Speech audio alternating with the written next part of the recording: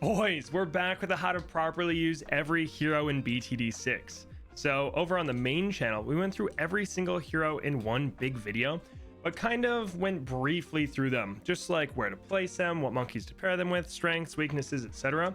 But on this channel, we're doing dedicated videos to each hero, and this week's is Gwendolin. I don't know why I said week, it's not a per week basis, but this video is Gwendolin.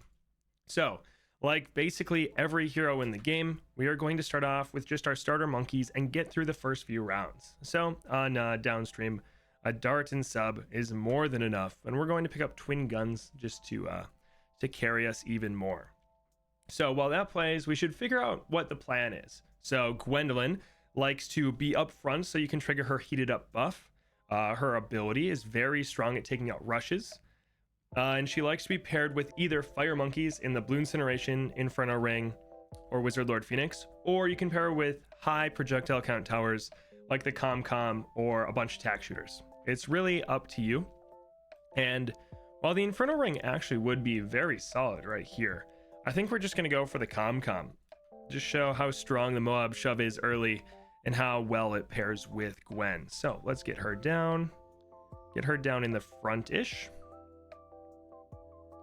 This is a nice solid spot because it overlaps twice, and then the Com might keep things up front, preventing her from attacking, but once they get in here, it'll be just fine. So we don't have to rush. We don't have to rush her this second, or the Com this second. We can pick up something else. So let's see. We're going to need help with camos for a little bit, so maybe we'll just upgrade this guy to a triple shot. I feel like I've been doing that a lot. So maybe I will... I mean, we could get a ninja. Sure. I don't know how many ninjas I've gotten in this series. So we'll put the ninja... Put it right here. We don't want it popping everything before Gwen. And we can pick up Ninja Discipline for the extra attack speed and then make it a 102 because Caltrops just makes it extremely reliable. You get the Caltrops on the track. It's just an extra attack. It's beautiful, really. So... once we get Caltrops, we will decide, are we going to continue upgrading the ninja? Do we want to do something else? We'll probably just continue with the ninja. Just make it a double shot, and then we can pick up our alchemist. The classic Elk Ninja start, but we're going to actually prioritize Gwen. And then what you'll want to do is move her cocktail onto an intersection if you have it. That way, the balloons will have to pass through it twice if we ever run into that situation. But there we saw her heated up buff. It extends all the way over to this dart monkey, which is crazy. We'll get double shot. It'll take out the lead or the camos for us. And now we'll pick up a Berserker Brew. We'll make both of these guys much better. I'm not quite sure what I'm going to do with this guy. Might leave him as a 001. Might make him a first strike to help out with round 100. Who knows? But what I do know... we want the alchemist closer to Gwen than any other monkey. While it'd probably be beneficial in the early game to give the ninja the Berserker Brew, late game it'll definitely be better to put on Gwen. So that's why we're leaning that way. And we'll just get it to a 300 Berserker Brew. It'll give Gwen extra attack speed, damage, pierce, you name it. 300 is more than enough. We don't need to spend $3 grand upgrading a not high level hero. Then we can go back. We want to upgrade the ninja. I guess it's the only thing with camo detection, so I guess so. I was debating on if we wanted to go for the Com now. But we're going to, or not the Com, the Heli Pilot now, or if we'll get the Bloonjitsu, just because we have a bunch of camos coming on 36 and 37. I mean, we want to shore up our camo defenses quick. It's nice and easy. And it also pairs pretty well. I was just wondering if we would have to use her ability there. It pairs pretty well with Heated Up because it gets 5 projectiles that all get extra pierce when they have that on them. So, and now... we'll go for our Heli Pilot. Ideally, we can make this guy 003 before round 40. I think we should have enough time. And then it looks like we'll have plenty of space. Oh, we're going to want to buff all these with a village. but also make it in range. Let's see. So if we put the village here, we should be fine like this. Make sure that that gets hit by Gwendolin. If she ever triggers, heat it up again. Wait for it. There we go. It gets the buff. Everyone's happy. We'll get this Moab shove upgrade. Yikes. I don't know if we're going to get it. 39, you do make quite a bit of money. I don't know if you make $2,000 worth though.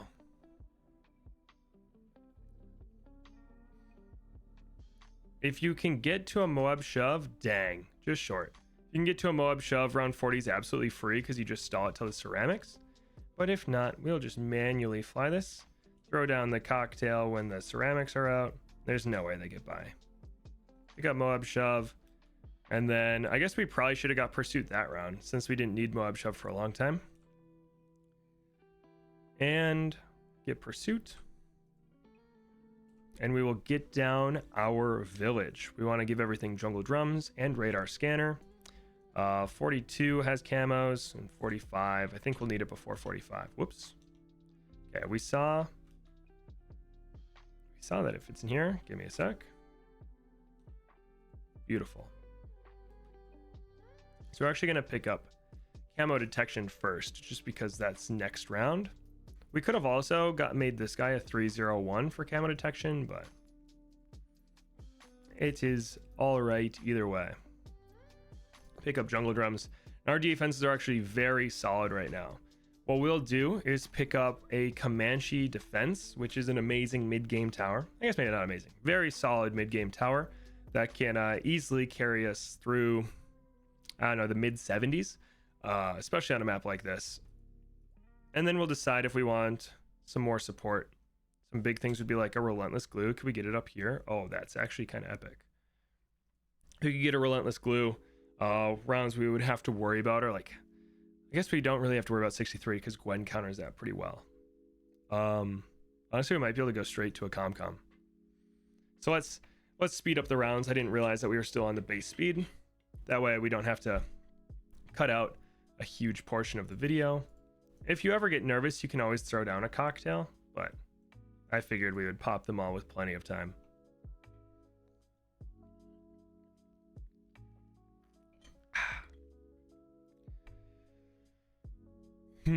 Some other mid-game towers that you could use if, for whatever reason, this wasn't enough, or maybe you couldn't make it to a Comanche defense, would have been like a destroyer into an aircraft carrier. You could have made like a 204 bads. Honestly, the Dragon's Breath is pretty solid, especially when buffed by Gwen. The 205 Elite Defender, very solid right now. And then, heck, you could probably even have gone to Desperado, though that's a bit weaker. We should kind of just coast. I should pay a little bit of attention to 63, though. That is the only one that might give us trouble. We don't have Gwen way up front, so when the heli pilot pops everything outside of her range like that, we don't get to constantly trigger her heated ups. But like most rounds like this, when she is attacking, we are just fine, and we're always just fine. But we really like that extra pierce and soon to be extra damage that heated up gives at level 11. All right, we're approaching 63 and we are well over halfway to the Comanche defense. We could have picked up a lot more if we wanted to. All right, 63. Let's use the cocktail right there. Ideally, use cocktail when you have Berserker Brew and AMD on, because then you get a bunch of extra damage and pierce on the flames. We will use... Oh, this is my first time seeing the timers. That's sweet. That's so weird. You don't get the circles anymore. Is it even on? Oh, that's going to take some getting used to. Okay, sorry. Use that again. I think she had Berserker Brew on, but and you can see she just smokes the rounds. We didn't even need the 2 passes, or she smokes the rushes, and then there's no way that these get through. So the next, big ceramic rush. I guess 75 has a lot of balloons that come out of the BFBs, but 76 and 78, I mean, we'll be fine. We're fine for a while. We just have a buffed Comanche defense, So it's hard to argue with that one. Go straight to a com. Get a relentless. Ooh, okay. Don't judge me for that. I had my hands off the keyboard. What we'll do is go for a com, buff it with a Berserker Brew, or not a Berserker Brew, a Stronger Stim, which isn't as strong as it used to be because it doesn't buff the mini heli pilots. I'm actually not quite sure how that interaction works anymore, but it's still worth it. And then get a Relentless Glue up front, make this guy Stronger Stim. The works. Whoops. Keep accidentally clicking the remove obstacle. All right, 37,800. Here is a massive jump in popping power. Getting it in the 70s is kind of crazy.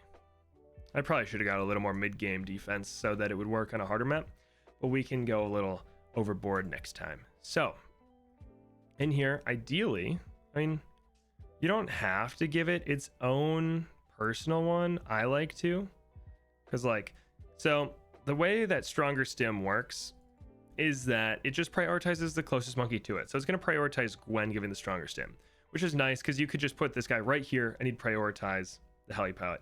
However, AMD is random. You can see AMD is getting put on this guy, sometimes even the heli pilot.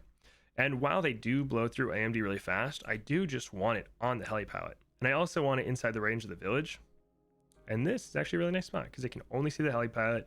It gets the jungle drums buff. There we go. I say it blows through AMD so fast that it's like not even really worth me doing that. But I mean, oh, it wasn't attacking. I was like, that's staying on there a lot. Anyway, let's get our Relentless Glue as far forward. Oh, that's kind of nice. So support monkeys just by your main damage dealers tons of time, and you can't really complain about that. So what we are going to do is make a 024 Relentless Glue, one of the best support towers in the game. And then we'll probably want another damage dealer, I guess. We're kind of set for a while. So other good supports are Moab presses. We might get 2 of those. And then we could just get another tier 5, really. The thing is, we don't really have the best. Well, we could get Moab presses right here, but we want things in range of Gwen. So do I really want to get them? I mean, we could get it back here, actually. It's not too bad. We could also just get like... Oh, we could get it right here. All right, let's do it. Let's get that fire monkey we were talking about. We have our support. We could get Moab presses, but I'm going to push for the Inferno Ring when in Rome. And now we kind of just cruise. So the one thing we're doing that's risky is that we don't have a MIB. It's not risky. Gwen can very easily skip a MIB in that once she hits level 20, especially when she's buffed by a Stronger Stim, she attacks fast enough to just keep heated up active, which gives all of your monkeys lead popping power.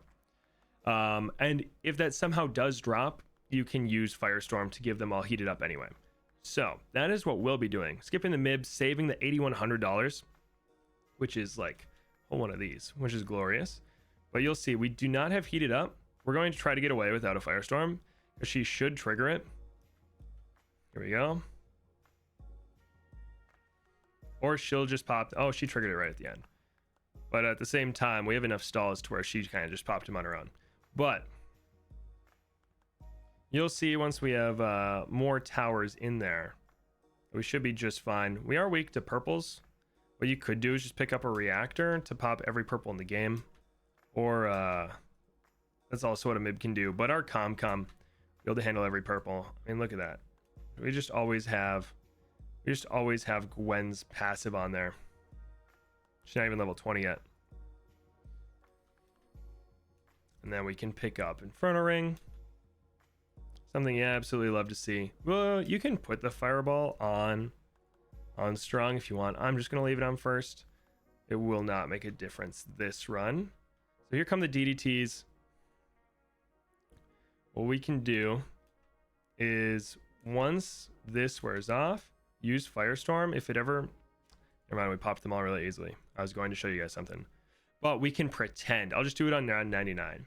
Just use Firestorm anytime that isn't on there, and everyone's happy.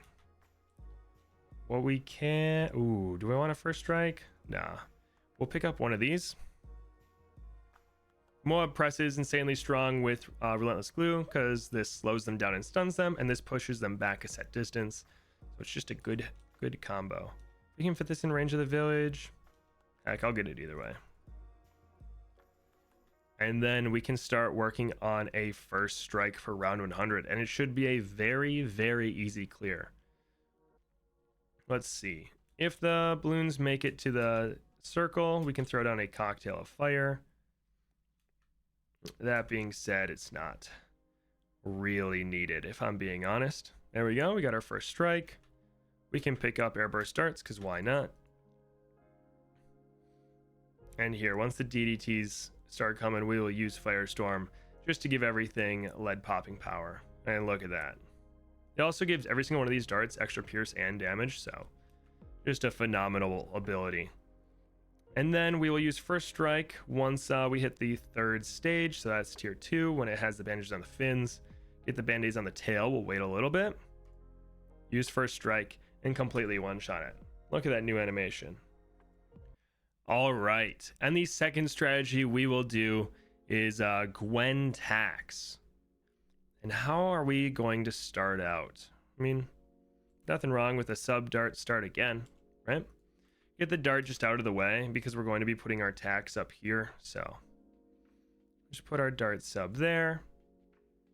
We'll probably just pick up twin guns again because it makes it just a nice clean save up.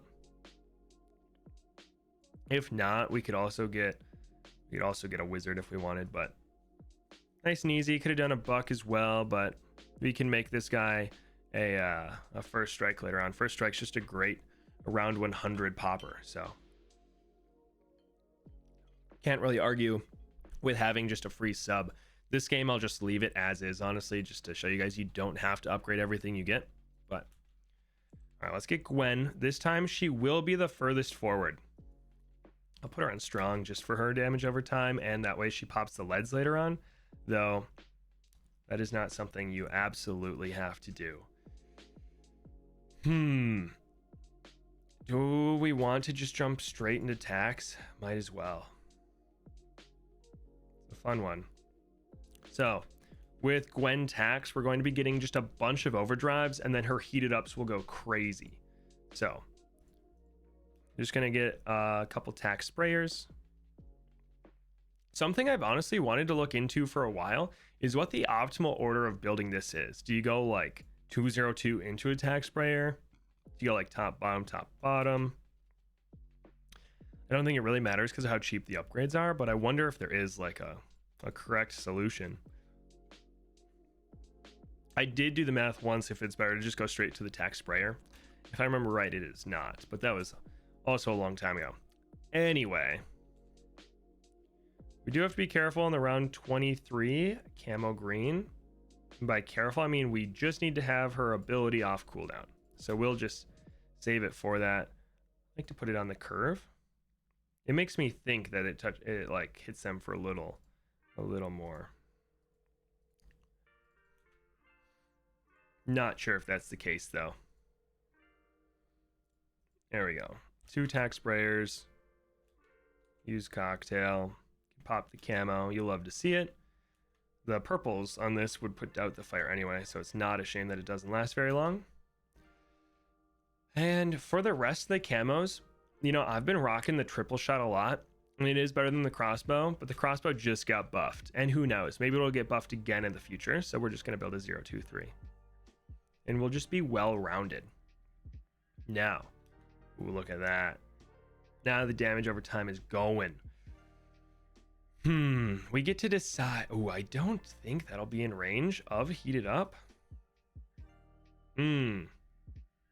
That's a tricky one. All right. We're probably going to want to get 2 villages, if I had to guess. So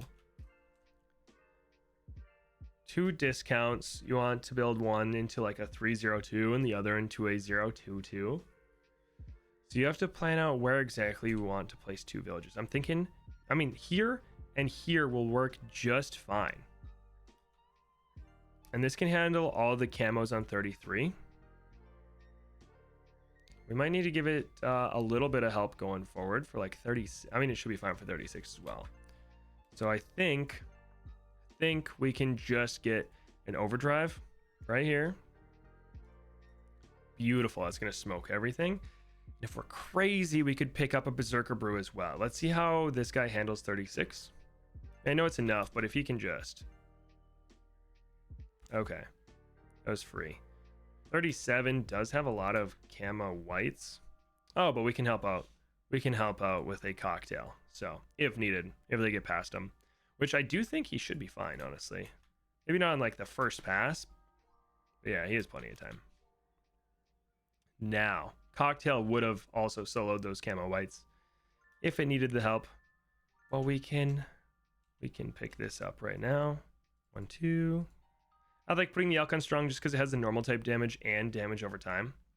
So that way, no matter what balloon is coming in, he can damage it, break that layer if needed. I'm always blown away that he can pop purples. But, oh, whoops. All right, so she has. Dang, I think I activated a little. I was trying to wait till she had both of them on there, but the cocktail, especially if you have both buffs on her, will smoke the rounds. So, unfortunately, this guy will not be able to solo all the camos. We can either make this guy a submersion support, or we can pick up a radar scanner, which is what we're going to do. I doubt we'll be able to pick up discounted radar scanner. So, let's just turn off auto start.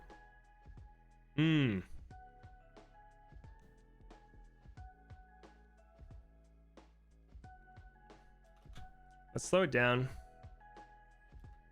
I think we should be fine. Yeah, see, she's very strong at popping all the camos. Yeah, now we have plenty of money. So that's one way you can always get around a tricky round. Just go discount. This one I'm going to give jungle drums. It's a lot of money we just invested, but we'll pick up radar scanner.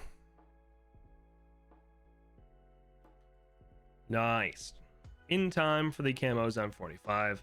And the other easier thing we could have done is pick up sharpshooter, but I don't really want to upgrade that guy anymore. So pick up primary training, as that buffs our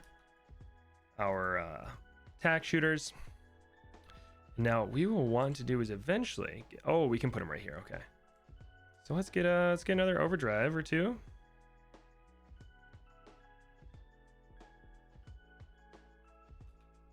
We can turn auto start back on.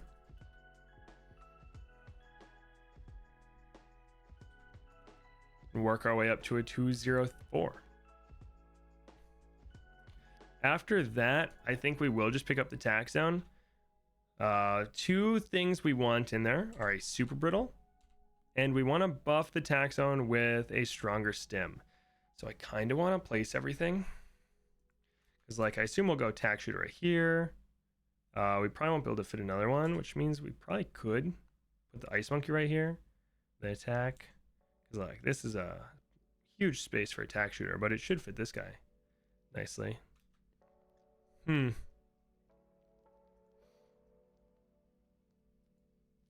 But yeah, probably there, ice, tack. I actually think that'll work fine. That'll work fine. Or we could put the ice up front, honestly. It'd be a shame that it doesn't have both buffs, but I kind of used a lot of space. Oh well. We can put her on first now. We don't need her attacking the strong balloon. And you can just see the difference. Maybe not quite yet, but how often she pulses heated up is very nice now that she is the frontmost attacker. All right, let's make this guy a tack zone, just because I think he is the easiest to buff with a stronger stim. And now we can finish placing all these.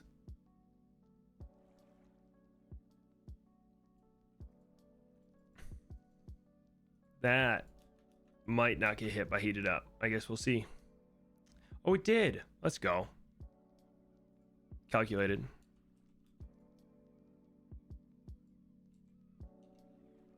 Yeah. We all saw that coming. But we can very easily get an embrittlement there. Ooh, whoops. Throw down a cocktail of fire. I really wanted that to last the next rush. Okay, it did.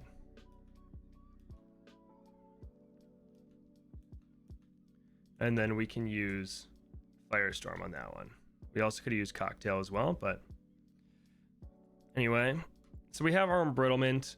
It's honestly fine as is.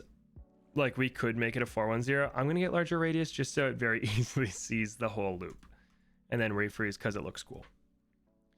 The refreeze, not needed, but that's okay. We are going to put this guy as close to the attack shooter as we can. Make both of our alchemists 4-2-0s. And both of them will be going crazy, and then we can pick up super brittle. Very nice. Very nice.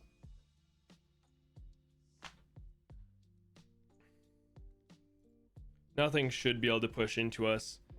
Always have your finger on Firestorm ready in case like 76 gets farther than you'd like. But we should kind of counter everything.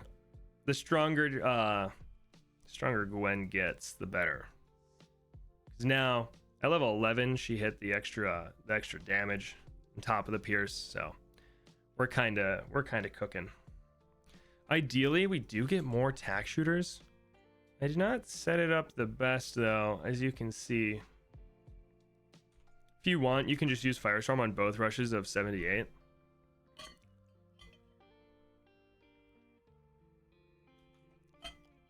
Making for a super easy round. Do not have to worry about it at all. And then, I mean, you can see just how fast we are just tearing these things apart. Look at that. Oh, and we're at our super brittle. Boom.